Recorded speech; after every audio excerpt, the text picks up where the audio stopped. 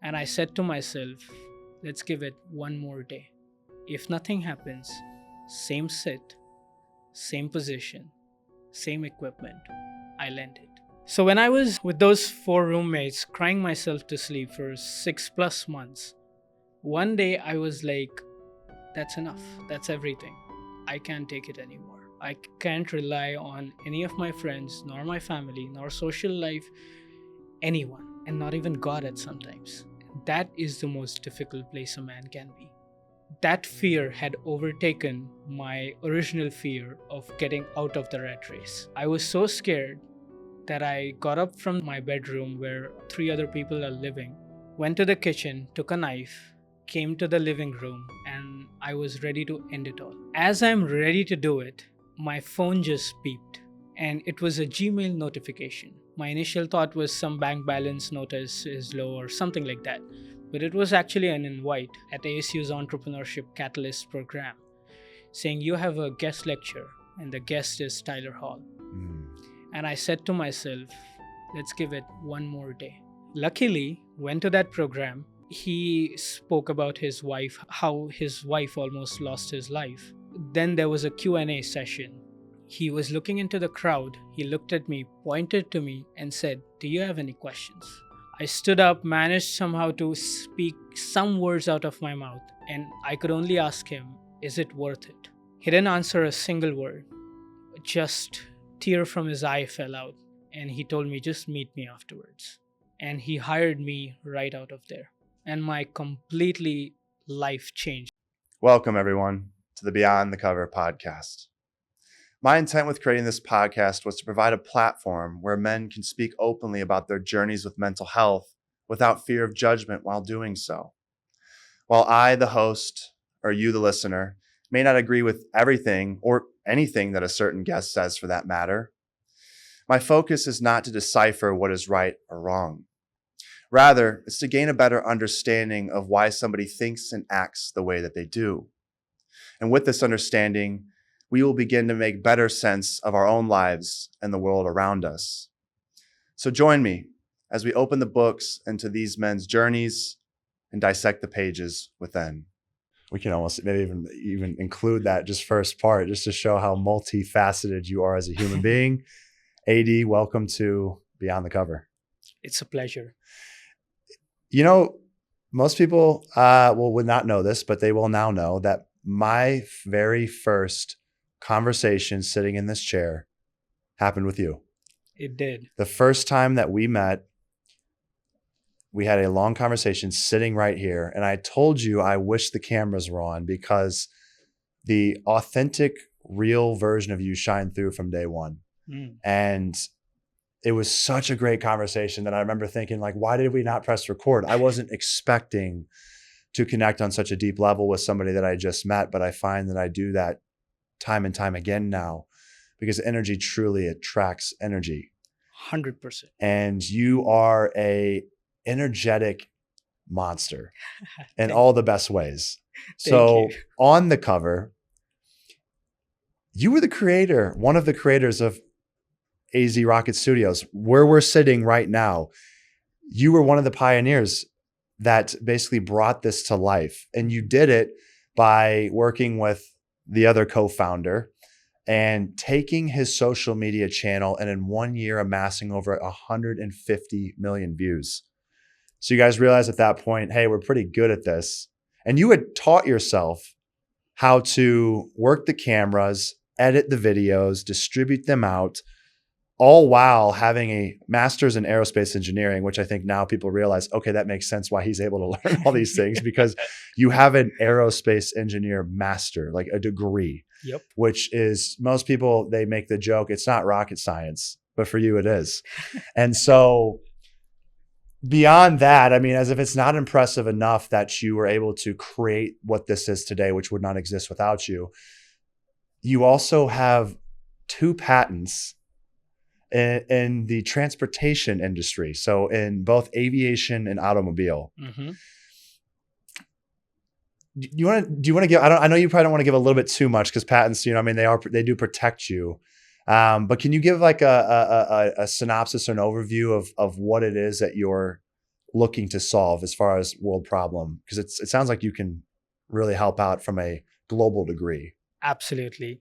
So the two patents are like an investment for me for my third and major project, which is called Newtons. Newtons is an abbreviation for navigating from east-west to north-south. Okay.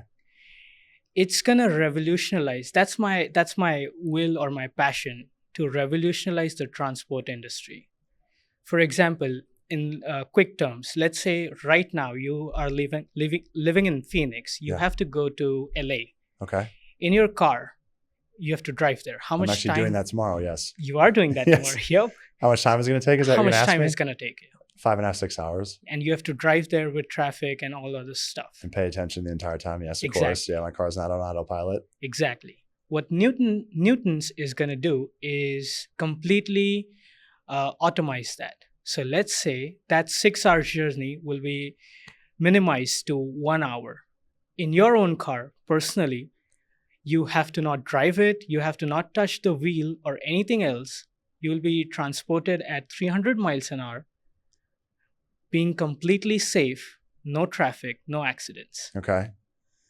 And then you in your own car. In your own car. So you're saying I'm going on some type of rail system or propulsion system. Yes. And then I will reach my destination in 1/6 the amount of time. Exactly. And then I'll be able to just grab the wheel and drive off. True. Yep. And this is not just for the interstate transport, but intrastate transport as well. Let's say you came here from Scottsdale in Tempe. Yeah. You have to again go back to Scottsdale. Okay. That will be again a 30-minute drive depending upon the traffic and so. Yeah. That time will also be reduced 1/6. So, I mean, is your goal essentially to replace roadways? Not entirely true. It is to help or pave a way for others to achieve something more further along. Okay. Let me rephrase this. Internet was established. Yeah. People found social media, then came into action. Okay. A major industry was paved on the backs of internet. Yes. Now, internet is still available. AI was introduced, another biggest conglomerate. Mm-hmm. Similarly, I want to pave a way for others to achieve something greater good for humanity. Do you have an idea of what that could be? So just by setting an example, that's my main goal. If Okay. if an Indian guy who came to US with nothing in his pockets and still had this vision and wants to achieve something good, anybody can do anything. Yeah. Yeah. And I love that you just said that way. And I want to dive right into that specifically. You came to the United States with essentially nothing other than, I guess, the American dream, being this ideology that you were hoping to acquire. Mm-hmm. And I have to imagine that was nerve-wracking enough to come to the States with seemingly nothing and expect to make a way and make it work. Not only that, but I also imagine and I've heard and would love to have you, talk through what it's like to grow up in an Indian household. Yeah. Because you can correct me if I'm wrong, but from what I've heard is it's a very accomplishment driven culture where there's very high expectations on individuals that are raised by Indian parents to succeed. And what succession looks like is, or success looks like, I think I used that incorrectly. What success looks like is how, what degrees can I acquire? And then, am I becoming a doctor or some highly skilled profession? Did you feel that pressure growing up? Was that something that you had faced as well? Not completely true. Okay. It was derived from a word called fear. Interesting. Okay. And this is where every actions we take as well is derived from, is fear. Okay. I had seen my parents work their ass off 9 to 5 regularly without any complaints, no holidays, no vacations. That's how I grew up. Yeah. And I'm like, I don't want that on my kids Okay. or my future spouse or anyone else. Yeah. And I just wanted to get out of it Okay. in any which way. Okay. And most of my decisions are based on fear. Yeah, absolutely. And it's my life as well. I mean, a lot of things were fear-based. I held myself to a high standard to achieve what most people couldn't, in hopes that I would find the validation that I'm worthy enough, because look what I've done. Is this good enough for you? And that was rooted in my upbringing and the way that I perceive my value towards others. I thought I had to bring something extra special to the table. So for me, it was self-imposed. Are you telling me that, this fear that carried you and drove you to do more was more self-imposed than coming from your parents? 100%. My Okay. parents gave a way of discipline. Like, hey, I'm not complaining for anything. Okay. Neither should you at any time, at any moment. Yeah. The life decisions that you're taking should be completely based on you. Okay. So if you are going out of state in India itself for your undergrad, it's your decision. You Yeah. have to live with it. Yeah. Again, a student loan there, education done. Then I'm like, I need something more. Okay. I need that drive just gets you always. Yeah. Out of fear, obviously. Came to US with $300 in my pocket and huge loan of $50K at Yeah. least Yeah. for education.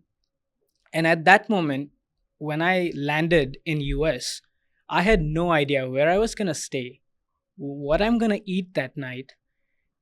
Literally, you are helpless at that moment. You have no one to contact as well, other than the college people. Mm. They also open on Mondays to Fridays in mornings. So you are helpless at that time. You have to figure out. And again, comes back to the decision making. I have made this decision. I cannot be depressed or cry in this state saying that, I made a bad decision. No, you have made it now. You have to live with it. Mm. Yeah. I mean, it's basic. What's really cool is that your parents basically said, yeah, go do it. Yeah. They gave you the autonomy and the freedom to go do that. But then once you arrived, it was really like, hey, this is on me. I said I wanted to do this, and now it's up to me. There is no, running back to my parents and them, supporting me. They're like, yeah, if you want to go do it, go do it. Exactly. But we're not giving you a handout. Like, you need to go make it work yourself. Yeah. You come to the US and you're on campus, and they're open, any type of help you would receive is open Monday to Friday, which means, if you probably maybe came out on a weekend, or at least on the weekends, it's like, hey, I got to make this work, and I have to learn day by day. I have to imagine that you were in survival mode every single moment. It was, hey, I have $300, which, as we all know in today's society, does not go far. So you're like, okay, you probably have to be smart about what you're eating. I mean, how was your diet? Were you eating, the cheapest possible meals, or were you like, was it ramen, or were you like, hey, I can't splurge because I got to make this last? So, were you being as frugal as possible? I have to imagine in both financials and both mentality as well. Like, mentally, how can I, make sure that I am able to stretch my energy out as much as I can to maximize at my day to day. Yeah. So your living standards literally go from what you were living earlier to zero. Okay. Your food literally goes from having a good course meal to ramen or McDonald's buy two, get one free or something like that offers. Yeah. You literally have to minimize everything.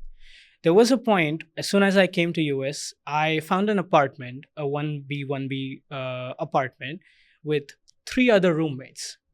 So we were 4 people living in one apartment. Our beds were stacked right beside each other. We cannot even move. That was the state I was living in. Wow. It's almost like my freshman year of college, but you had 2 extra roommates. Yep. And I think it was 300, 400 square foot. It sounds like you guys had less than that. Yeah. It was just a square box. Yeah. Where you could sleep And that was it. I mean, Not just that, we initially we didn't have even lights in our room, so we were using a torch from phone to eat every night really? for the first 3 months, And then because we were minimizing all our expenses till we figure out how we are going to earn things. That's when I applied to ASU's programs of getting earned money wise. Okay. And did you know that those other 3 roommates, I mean, were these guys that you just met right then and there when you moved in? Yeah, for the first completely time? new people. So you're in maybe 200 square foot, 300 square foot room with 3 other people, men that you've just met. Yeah. With no overhead lights, eating in the darkness minus the light on your phone, eating ramen or getting 2-for-1 meals at McDonald's. I mean, you're making it through with it by being like doing as much, like the least that you can to conserve the most. Completely. And so then you get a loan from the university. Does that instantly remove all that stress off your plate? No, because every time I go into the university as well, I'm still thinking at the back of my mind, what am I going to do to eat today? How am I going to survive today? That was the initial modes. Yeah. And while this is happening, again, comes back to the decisions I'm making. I'm still invested in my businesses, in my products that I want to come to alive. Yeah. I am reaching out to lawyers, attorneys, how I can start my business here. I'm reaching out to mentors of please help me in any which way you can. Not financially completely, but mentally and physically. Yeah. And how were those responses? Were you getting them? I mean, were you getting the help that you were searching for? And was it all of a sudden a change, for the better, and you're running on your happy way, merry way? Not for the first 2 years, actually. So it's a thing which I go by. My life motto is "Que sera sera." Okay, which means it's literal translation. It's an Italian saying, which is whatever will be will be. If the time is right, you will get it. If it's not, you will never get it. Yeah. And while this is happening, I'm reaching out to people. It's Thanksgiving, I remember. I am at just leaving a gas station from a friend's house, a friend's family's house, getting out, and I'm stabbed. Just casually, just casually stabbed. Yeah. I don't know. By a druggie who was lighting up his knife, and he just approached me, and just like that. Where'd you stab you? Like on my stomach. In your here. stomach. Okay. And at that moment, first of all, it's tunnel vision. Not sure what's happening with you at this moment. Yeah. You barely could stand and see him. Luckily, I was agile enough. I smacked him. He was on the ground. I got into my bus, came back home, and I'm shivering, just saying like, why me? Why is everything bad just happening to me? Yeah. And again, it comes back to the decision making. Like, I have made this decision, but God or the universe, who I trust so much in this process, why is everything bad just happening to me? Why? Yeah. And you're just baffled with this, your own decisions sometimes. Like, am I even making the right choices? Yeah, that's so powerful. Because there's fear associated with that thought process of, is this what I was supposed to do? Or did I miss the opportunity I was supposed to take? Yeah. And you can have terrible regret with that mindset. Yeah. And it'll cripple you. I had that in my life, where I thought that when I had a second opportunity to go back to the NFL, I didn't choose it. It ended up weighing on me for 7-8 years.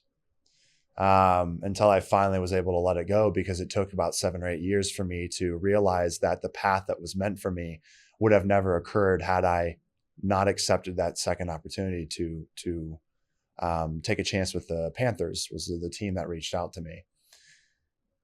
There's no guarantees, but it was hard up until recently, where I said, oh, this is why I wasn't meant to go down that route. Yeah.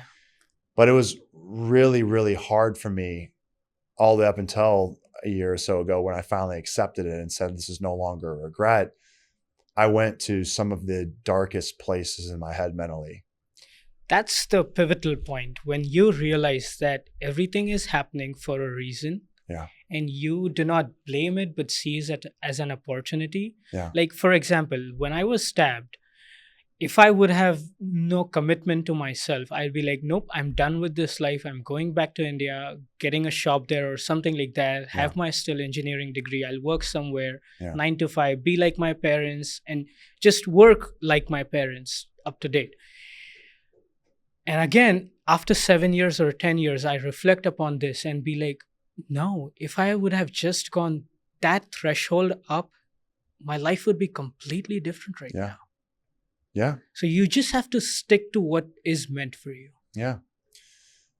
So was being stabbed a pivot point in your life, or did you still find yourself navigating down a dark path? No, so not yet. That's still not the pivotal point. In fact, when I was stabbed, luckily I was not completely stabbed. It just touched my belly. Okay. I could save myself. Okay. Just like this hand in, and he was not that strong enough because the effects of drug were somewhere affecting him. Yeah. I didn't even realize I was stabbed until next day when I was taking shower to go for my subway shift at ASU. Yeah. And I felt a sting here. And that's when I was like, oh shit. Yeah. I was stabbed. Yeah. But carried on, kept down my shirt, Yeah. kept down my head, and went for my job. Yeah. Yeah. I mean, it sounds like, it happened so quickly and your adrenaline was racing. And so you got, he stabbed you, but he didn't, twist and gut where it was like, oh my gosh, I'm pouring Bleeding blood out. Yeah. So thankfully you're able to react fast enough to stop that.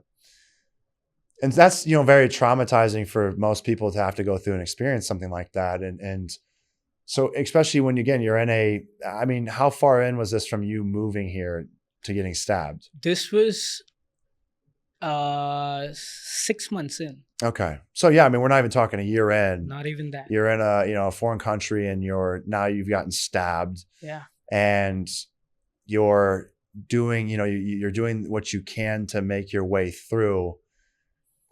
Did you ever get to a place where, you did say like, it's time to go back or seriously consider like, I don't know if this is meant for me. Like, I think I made this mistake and there's no way out. Did you ever find yourself in a position like that? Yeah, definitely. It was such a bad path where I was working my ass off.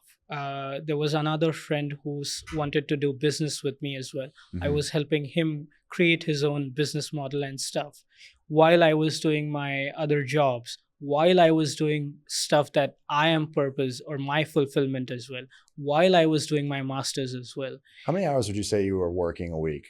So I had lost count at that point, but I knew I was working from 6 in the morning till night 12 a.m. So you were working basically 6 hours of sleep? you were sleeping, Less waking than up? that. Okay. Less than that, because after that was food and sleep. Yes, you got to pack in food. Okay. Were you eating twice a day? Or I guess was it that the only time you were eating was at night? Or? Yeah, only at night. So you're eating once a day and you're working, 18-hour work days. For how long? For at least 7 months. 7 months. Without any rewards. Okay. While I'm just getting stabbed. At this moment, I have no social contact, no social life.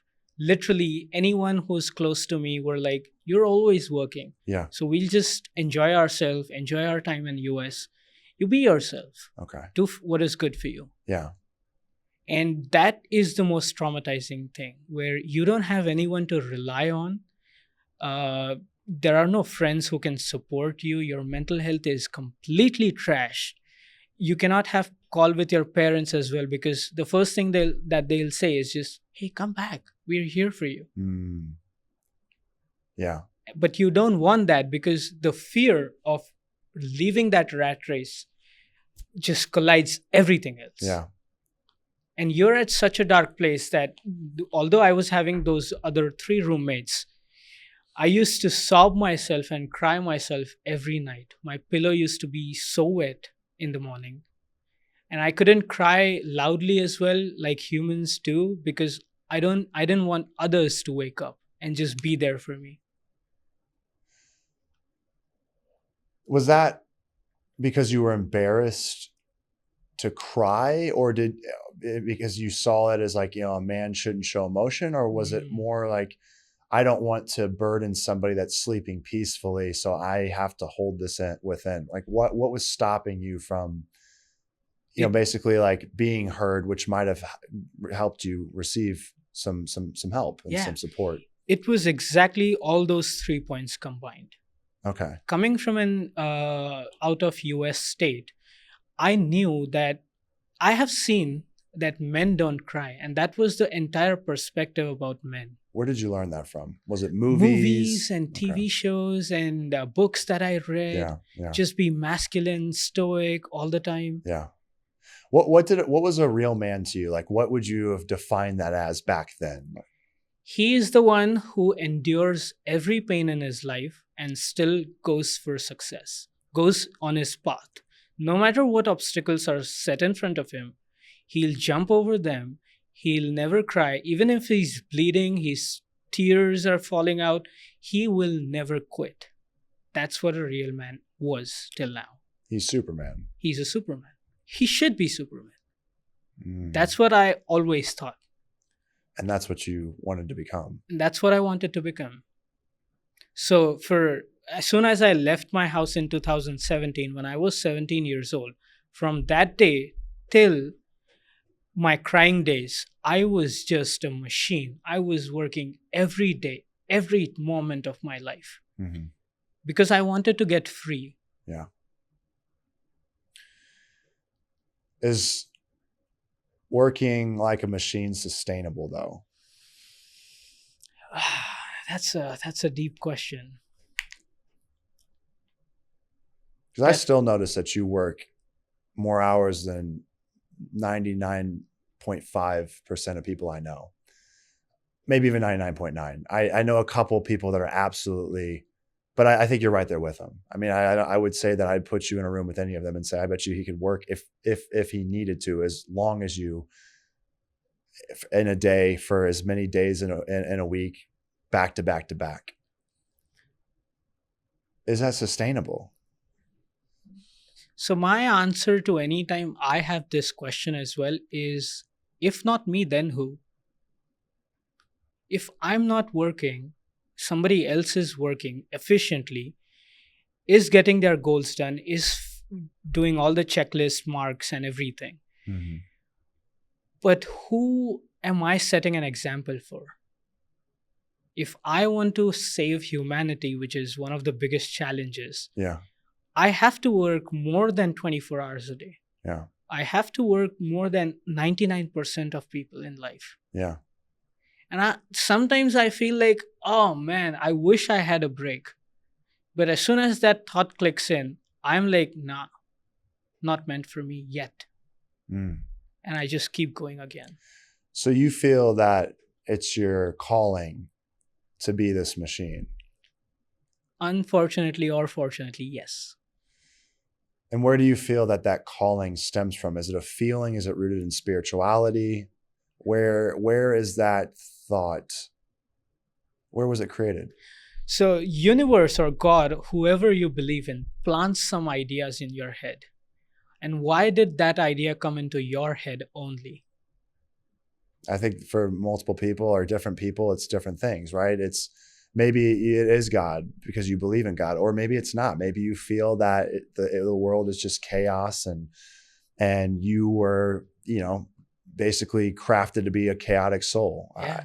So for you, I mean, what is that? Is it, I mean, you say, because people have different beliefs. And so there's, for me, I mean, I believe in God and I'm spiritual, and I believe that I believe in a way that they're like, I'm destined to go a certain route.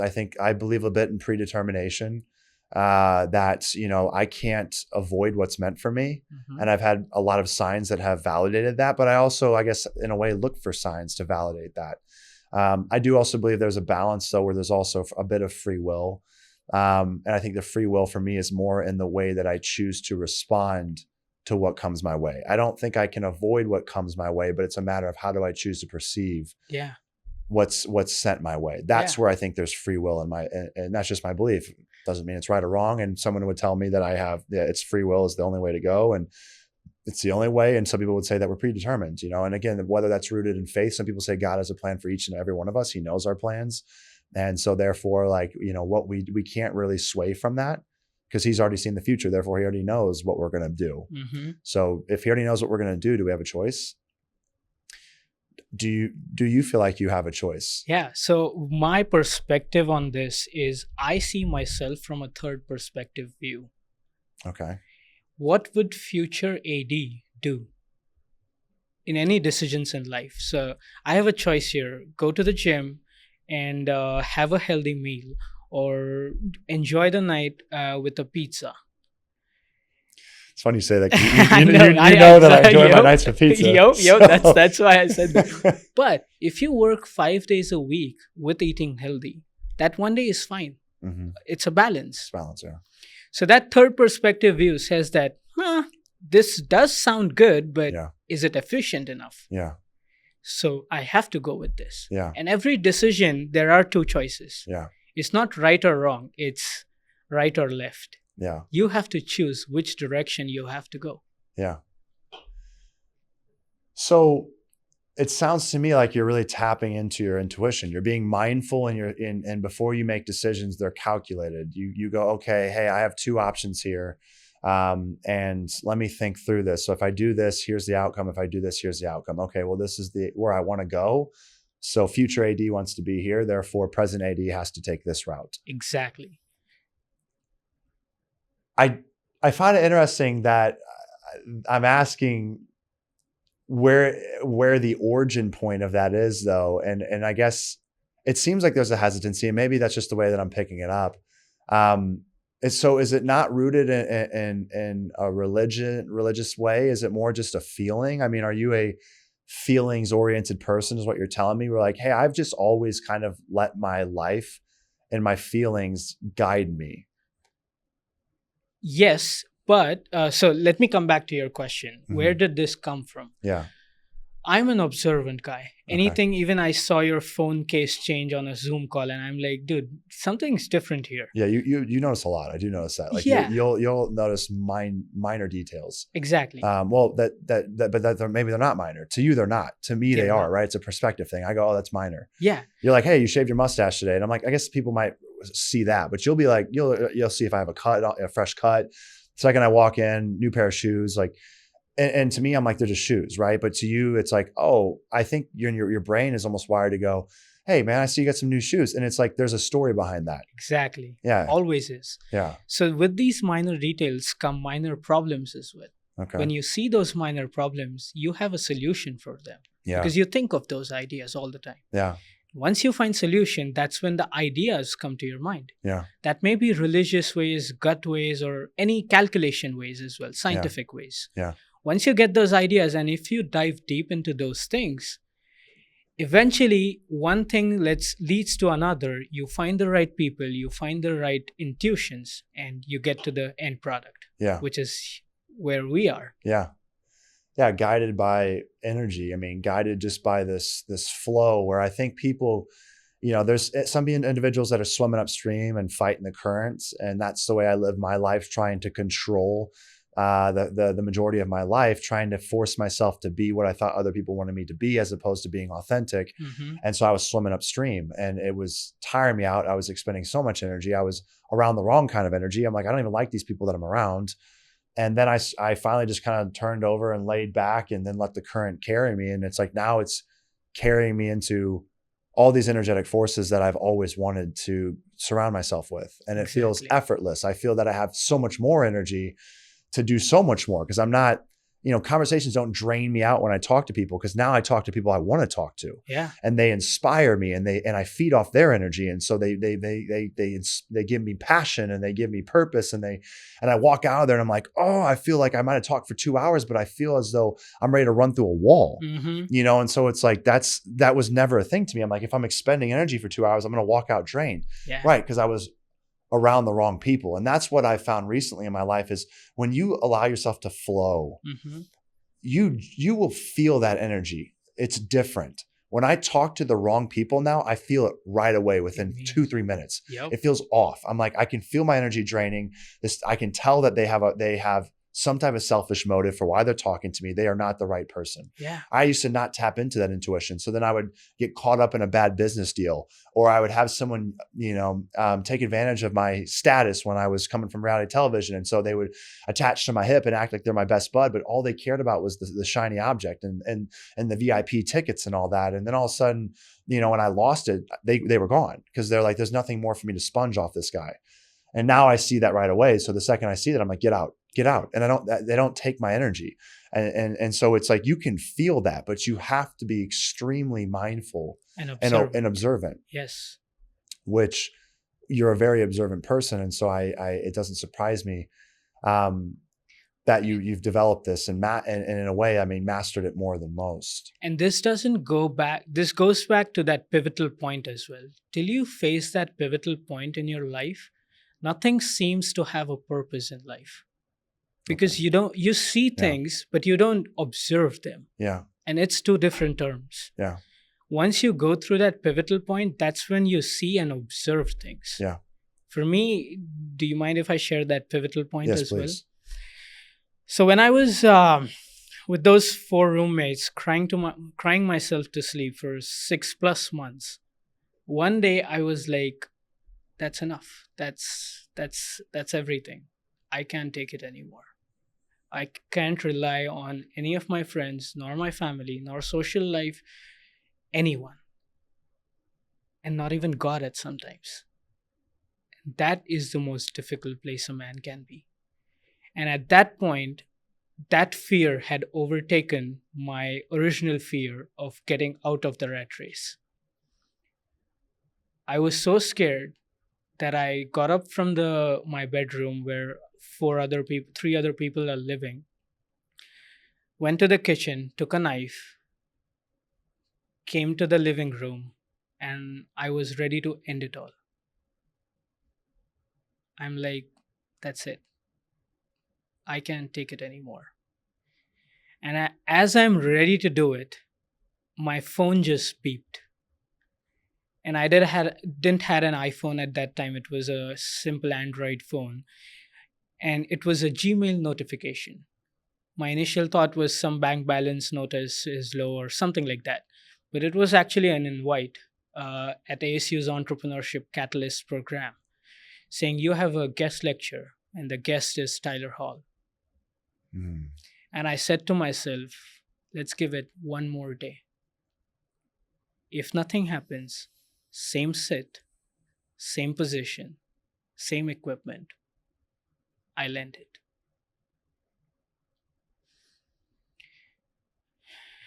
Luckily, went to that program. He spoke about his wife, how his wife almost lost his life. And I'm listening to it, just crying myself like, I don't know why I'm here. I don't think so I'm at the right place. And just all those thoughts going back of my mind. I'm seeing things. I'm not observing them. And then there was a Q&A session. He was looking into the crowd. He looked at me, pointed to me, and said, do you have any questions? I stood up, managed somehow to speak some words out of my mouth, and I could only ask him, is it worth it? Anything we do in our life, anything we want to achieve, is it worth it? While you're facing so many backlashes, everything is going wrong, everything is just stumbling in front of you, all the domino pieces are falling off, is it still worth it? Yeah. He didn't answer a single word. Just tear from his eye fell out. And he told me, just meet me afterwards. And he hired me right out of there. And my completely life changed, or that was my pivotal moment. Is it worth it? And let's give it just one more day. Oh, man. It gives me chills because For those that don't know, Tyler Hall is the co-creator of AZ Rocket Studios. So the studio we sit in today, the dream, the vision that we're all building, while you have so many other incredible things now going on that you're pushing toward.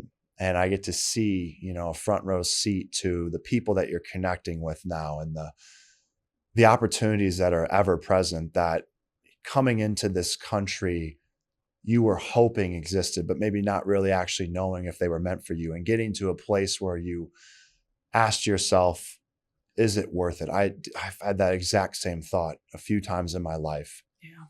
And you face that moment of maybe it's not. Then if it's not, then why am I here? Why am I here? And I think it's just more prevalent than people realize. And that's the scary part, is because when you're in that position, as you said, at that point, you feel abandoned, you feel alone. Not even God seems as though he's listening to you. Yeah. And that's, I now believe can be a fallacy in the mind, because I believe that God is ever present, but that's my belief. But for some people, they have a strong belief, and I had strong belief in God. But in that, moment to get to that place, I'd felt continually beaten down. And I desperately prayed for God to give me a sign and for him to answer my prayers. And I'm like, God, I've been asking for 6 months now. God, I've been asking for 2 years. God, how much more can I ask? Where are you? Like, I'm at my wit's end. Yeah. To finally get to the point where I'm like, God, I'm done. I'm done. I've asked you, you're not answering my prayers. Are you even here? Or are you choosing not to listen to me? Am I not good enough? Yeah. Oh, that is the most scariest place. And I feel that, man, because that's exactly where I had went at points in my life. But it's when you get to that place, that's when the pivot occurs. That's when the pivot occurs. Everything in your life just changes from that moment.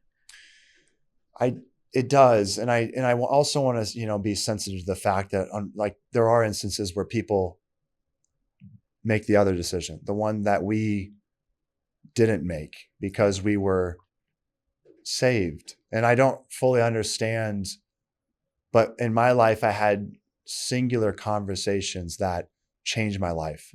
That had those conversations not happened, I would not be here today. And it's hard because then I think you go, well, why me?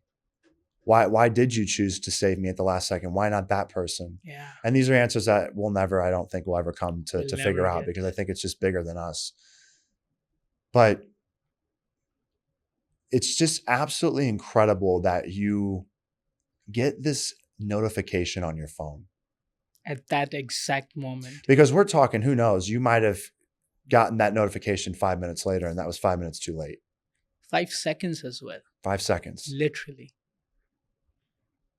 Que sera, and I completely believe in this. Destiny as well in some parts, not the girl.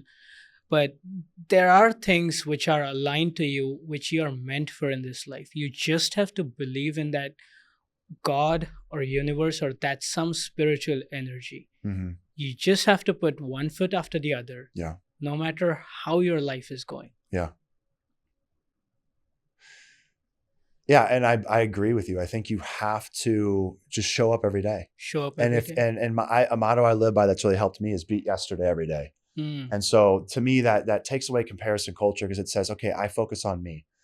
And what can I do today that makes me better than I was yesterday? And for me, that metric was learn one new thing a day. Yeah. Whatever that is, even if it takes me 5 minutes to learn something new, because again, for me, I'm not, a workaholic like some people are. I mean, I work hard, but I'm not doing like what, Elon Musk, I heard his work schedule ridiculous. It's like the guy just works and works and works. You're one of those individuals as well that has this work ethic that is unmatched. It's just on a whole nother level. And I know that my work ethic is on another level compared to most people as well, but no, Clayton, I've seen you work. I work hard. Yeah. But I know that like you work harder, and so do other people, and that's fine. That's no comparison. I realize that I used to compare, and now I go, hey, if I focus on just doing one new thing a day, then eventually, even if I learn one new thing a day, that's 365 days or things new that I learn in 1 year. Yeah. And that's a lot, and then I started playing the numbers game. It made sense to me. What if I like spend an hour a day on something? Then 365 hours a year from now, that equates out to, I don't know how many days that equates to is like, do my math here. Can you help me out? 365 divided by 24 hours a day is how many days? Do you know quick math? Almost. I don't know if 15, something like that. Yeah. I would say. Put it this way. If you sat in for 24 hours a day for 15 days straight and you focused on something, you'd get pretty good at it. I think most of us would believe that. 2.5 weeks of just locked in. Now our brains can't lock in for that, and we got to sleep and we got to, do other things. But when you conceptualize it that way, you go, that's a lot. That's a lot of time spent, right? And so it's about chunking and breaking these things down to bite-sized pieces. And really what it comes down to is bite-sized pieces are one step. Yeah. Take one more step today. One step at a time. Right? And then eventually like you look back and you're like, oh my gosh, I just climbed this whole freaking mountain. Yeah. And head down, right? It's so easy for a lot of us to look up at the people at the top of the peak and say, well, I'm like so far. But then it's like when you focus on looking at your feet, and you can do this. I do this when I go hike Camelback. You get defeated when you look up at how much more you have to climb.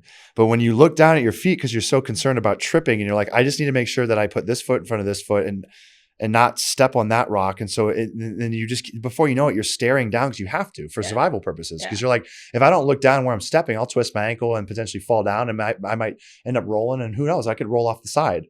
So you're like, survival says, and for like, I need to focus on like making sure my feet step on solid ground. Yeah. And so we do that. And then before you know it, you're at the top. And so I realize every time I hike Camelback, I'm always looking down at my feet. Cause every time I look up, my brain goes, dude, it's so much farther. You're breathing heavy. You should probably turn around.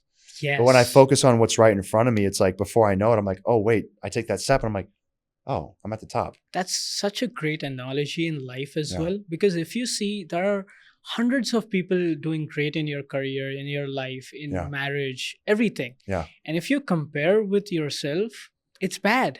No, yeah. But if you see their perspective as well, they are also dealing with some shit. Yeah. And that's why it's important to have the conversations, because a lot of times though, we don't know what someone's going through until we talk to them. And then we realize, wait, you struggle with that too? Yeah. You struggle with validation? Like you struggle with fear of not being good enough? Like what? And I've had these conversations. I've said this to people, like, you? Yeah. Like, yeah, I do. How? Well, how do you think I got where I got? I just felt like I had to climb higher and higher and higher until I got to a place where everybody was assumed that I was Superman, that I had made it. When I first saw you as well, one of the hunkiest men with the perfect hair, with the eyebrow slit, with earrings, and just walking like a Superman in the building. I'm like, this man has figured out everything. But when we had that first chat here in this exact location, without the cameras rolling, I got to know the real Clayton Eckert, not the bachelor's Clayton Eckert. Yeah. And he is as scared as everyone else. Yeah. And that's what we all are here for. Just helping each other grow. Just helping each other put one feet after the other. Yeah. Just reaching new goals every day. Yeah. And it's through opening up the chains of communication that I realized that I wasn't alone. And then I realized that people that seemingly have more don't. Not in other areas. They might have more money than me. Yeah. But do they have more love than me? Do they have more emotional maturity? Like I was just having this conversation with my dance instructor today. She's incredible. We have so many good conversations. She's so cerebral. And I said, there was a point where I could have been something big in the NFL. Yeah. I 1000% know. I was big, strong, fast. I could have been a top 3 round draft pick if I had the confidence. It's what I lacked. On paper, I was 6'5", 265. I ran a 4.55 at my fastest. I bench pressed 33 reps on bench press. I was an animal. I was an absolute unit. I could play better than any tight end on paper, but I lacked the confidence. But again, if I could go back and grab the videos, I ran a 4.55 at 265. That is freakish. Yeah. I put up 33 reps. That's freakish on 225. But what I didn't possess was the mentality. I had all the tools, but I didn't have the belief in myself. But had I have had that talent, I would have played in the NFL for 5-10 years because I had the ability to do so, but I wouldn't have then went down the path that I went down. I wouldn't have developed this emotional maturity. I would have probably gotten super famous. I would have made a ton of money. Yeah. And so I would have mastered the money battle, but then I would have probably found myself around people that I needed to have emotional maturity that I didn't.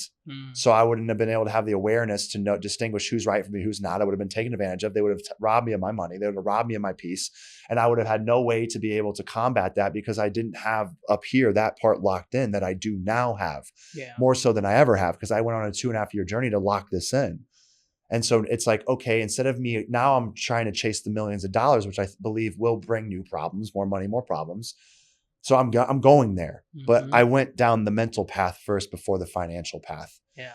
And so now finances have been the thing that I've wanted more of, and I've struggled with to acquire. I could have acquired it at an earlier point, but then I would have been, at this present moment, let's say I was still in the NFL, I would have been chasing the emotional maturity and the development of mindfulness. Cause at some point I would have hit a roadblock and be like, I have to develop this, cause I could avoid it for so long. I remember girls would give me a pass because they're like, he doesn't have emotional maturity, but like he's good to look at. And he's a big football player and he's got it figured out and he makes his money. And they were giving me a pass and they're like, he doesn't have emotional maturity, but whatever, he's got the other stuff. Right. At some point you can't, get a pass any longer, that deficit ends up ruining you. And so you have to develop these things, and maybe you just develop them in a different order. But we all struggle no matter what if we're on top of the world here, we're probably all at the bottom here. Right. Yeah. And I notice that a lot of athletes that I know don't have the emotional maturity. Some do, but they all have battles, and I used to use athletes as an example. There might be, I've worked with surgeons that, make millions of dollars that are extremely, incredibly good at what they do, but they don't know how to hold a conversation. They have no people skills because they were just obsessed with developing one skill that they poured all their energy into that and didn't develop into other areas. Yep. So how are your relationships now? You had that pivot point with Tyler. I want to bring this up. There was something that really stood out to me that caused me, when I interacted with you, to kind of like sputter, like kind of like spaz out. Like my brain was like does not compute. What's going on here? Yeah.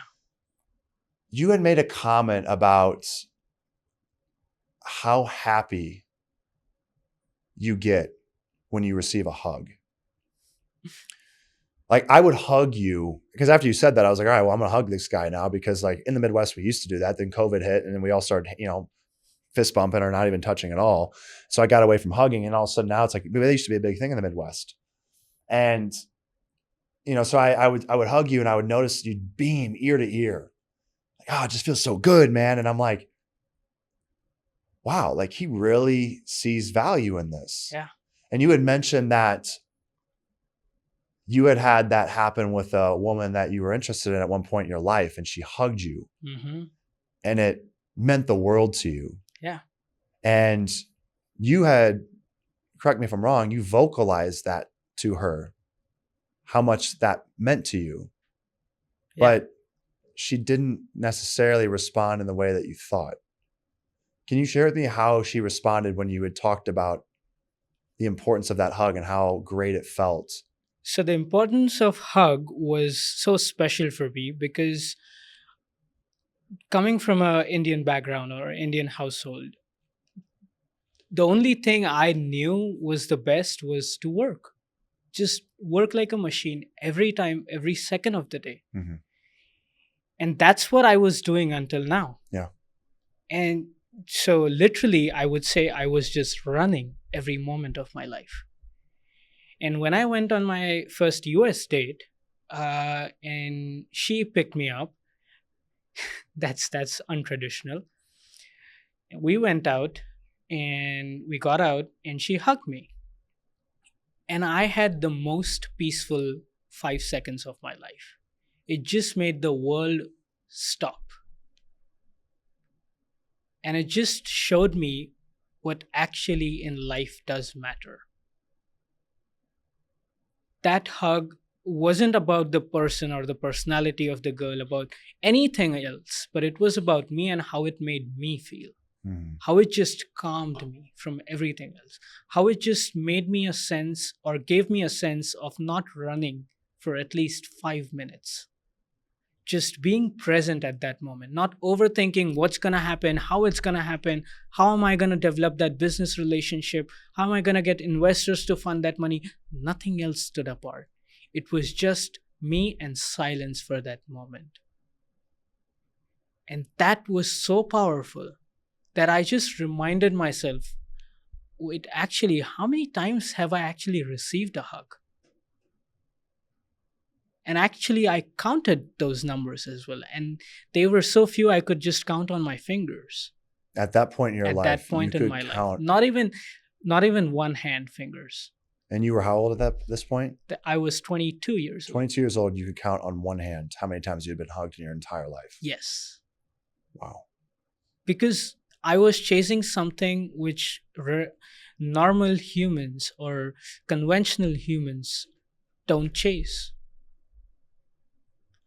At 17 or 18 years old, when all my other friends were partying out and creating jobs or applying for jobs, I was sitting there and creating patents.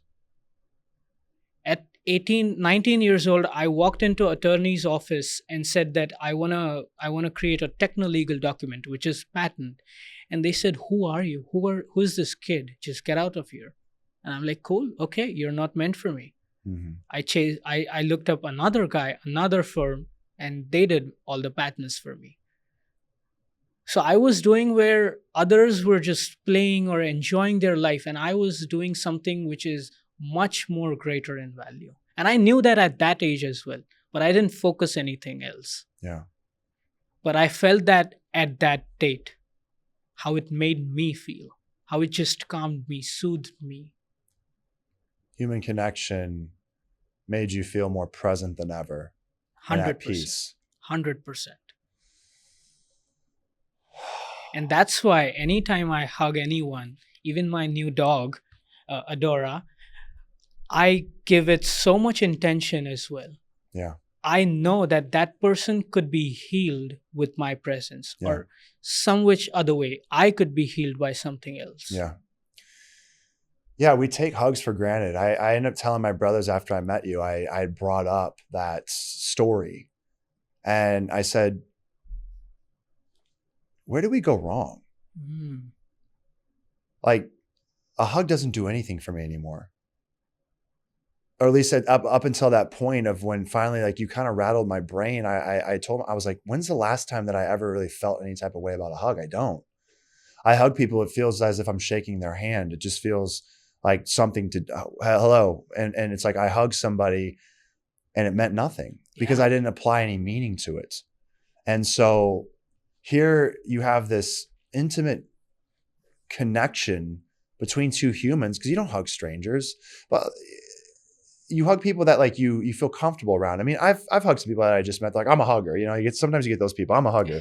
But it does instantly in that moment, like, you are embracing somebody, you're allowing them into your space. And it's like, you know, it can be so much more than what I think we allow it to be these days. I think with all the distractions that we have going on in life, and with people being exposed to, you know, oh, like, well, I got all these dates I can go on, and I can, you know, what's a hug? You know, I'm focused on, you know, how many girls, you know, have I kissed in the last year? Is my dating life looking good? You know, I haven't had a date in 3 weeks, and I haven't, you know, I went on 3 dates, but I haven't kissed this girl yet. And so, like, am I, you know, maybe I'm not a real man because I haven't made that move yet, or she doesn't want to kiss me. Does she not like me? Like, you know, I remember, like, for me, it used to be like this progression where when I first started catching feelings for girls, it was in 7th grade, or like I started to feel myself kind of be like, well, 7th grade, I became best friends with all the girls. And then freshman year of high school, all of a sudden I was like, I want to date these girls. And all of a sudden it became like this competition amongst men of like, what base can you get to? So first base was kissing, I think. Second base was, I think, feeling boobs. It was like, and like maybe like a hand job or something. I don't know. And then third base was like I think that was oral, and I'm trying to be, I'm trying not to use the words that are as damning to my, but it doesn't matter. So oral or head, or like, like going down on a girl, and then a home run was sex. And so I remember it like amongst my group of friends and other men in my grade, that it was like, Clayton's only got to second base. Yeah. And I got made fun of. I wasn't intimate with a woman until, like, sexually. I didn't have my first sexual encounter, like with penetration, until I was heading to college. And so I was made fun of. I was like, Clayton's the virgin. And I got made fun of, and I was embarrassed because I felt like less of a man. All my friends have done this, and I couldn't get a girl that I wanted to be intimate with me. Yeah. So I felt like a failure. And so it like hardwired into me that I had to, like, in order to be a man, I had to, experience that with a woman. Mm. And then it became, you've only had sex with one girl, like, catch up. And so I had friends that had, like high numbers. And so then it became like, the more manly I am is dictated upon how many women I can sleep with. And so I think that's where I lost my way, where all of a sudden a hug meant nothing. Mm. Because to me, a hug was like, so what? Yeah. Like, hug. And I attributed it to like, but I took it in the manner like with a woman that I was interested in. And then I didn't apply it into my life with my family. We used to hug a lot growing up, and then we all stopped hugging. I didn't think it was cool to hug my parents, because my friends were like, yo, Clayton just hugged his parents. Like, why are your parents here watching the game with you? Like, you can't spend time without your parents. Like, oh, you're a little wuss, huh? And so then I like started pushing my parents away. Like, don't show affection. Don't hug me. Like, don't come watch the baseball or football games with me. Like, let me be alone. And so I pushed it away. And so then I stopped hugging. And it was like, I didn't think it was cool. And so it just, when you shared that story with me, it made me realize that, like, I'm sure that there are many people in this world that have like pushed away these things and taken them for granted. And why? What's your reason? For me, I was so focused on trying to become a man that I started to warp my mind into what I needed to accomplish in order to feel significant. When it's like, you could feel significant if you just chose to allow a hug to be significant. Yeah. That's a choice. That's a choice. Every time you hug somebody, you choose to make that a valuable moment. Yeah. So my perspective on this is, now, even if your daily life is just work, and it's just go and run all the time, even a 5-second hug can just calm you down. Mm-hmm. That's so powerful. Yeah. And it affects both the lives. It does. It's an energetic transfer that if you make it the most important moment in your life and they make it the most important moment in their life, that becomes one of the most life-changing moments. Yeah. And that's why I just want to say, man, I think it's awesome and admirable and just incredible that you share this story, because there are going to be some people that listen to this and go, he cared about a hug? Yeah. What a loser, right? But it doesn't matter. That's the wrong person. That person's not meant for you. There is a person out there in the world that will value the hug as much as you do. And it'll be that person that is exactly the one for you. Yeah. Because there are some people that have twisted their minds and have told themselves that the only way I can feel connected with somebody is if I have sex with this person. And I can say I've been there mentally. Nothing else would make me feel connected until I got to that place with someone. Mm-hmm. And it was completely backwards. Yeah. And it caused me to miss out on a lot of potential great relationships, because I thought, if I can't have that, then there's nothing here. Nothing feels significant. Yep. And it's because I chose subconsciously to start developing these belief systems. And I've had to go to therapy and rewire these things now to get me back to a healthier place, which I'm still working on, but I'm a lot better than what I once was. And so I just want to encourage you and also just validate the fact that, man, where you're at is such a blessing. I mean, if I could press a button to get to that place of what I would say is innocence and just purity, I would. But ultimately, I went down a different path and fought the battles that I fought, and now I have to fight the demons that I fight. And I'm certainly much better. I'm not like, this absolute train wreck, but I went down and had to fight my own battles. And it's like, for you to be where you're at, it's something that you should be very proud of and grateful for. And I know you're going to find that person, man, when the time comes. Like, I know it's coming. We talked about astrology, and that'll be a conversation for another time. But like, we've been diving into that recently. It's fascinated me. And we're like, something's coming for both of us. And that's what's super exciting. And so AD, dude, thank you so much for coming on here today. Like, this was so awesome for you to share your story. For those that want to continue to follow your journey, how can they do so? Instagram is the best way. Okay. Or you will soon hear from Clayton itself how my journey is going, because he'll be the closest friend. I have quite few friends in my life. You, Eddie Pinero, John Austin, and Hannah Hammond. So I have a close relationship with only those people who will see my journey in the front face. Yeah. Yeah. And you will always be there with me. I will, man. Absolutely. Definitely. We have so many more things to do together. And we talked about sitting on a yacht and watching the race is in Monaco. F1 in Monaco. F1 in Monaco. And we will do it because I know that I just know that our souls are going to do unique things and going to change lives. And some way, somehow, either you're gonna fly me out on your dime because you're making that much money, or I make that much money and we're both buying our tickets separately, or whatever, or I buy your ticket because I'm the one that hits the financial jackpot.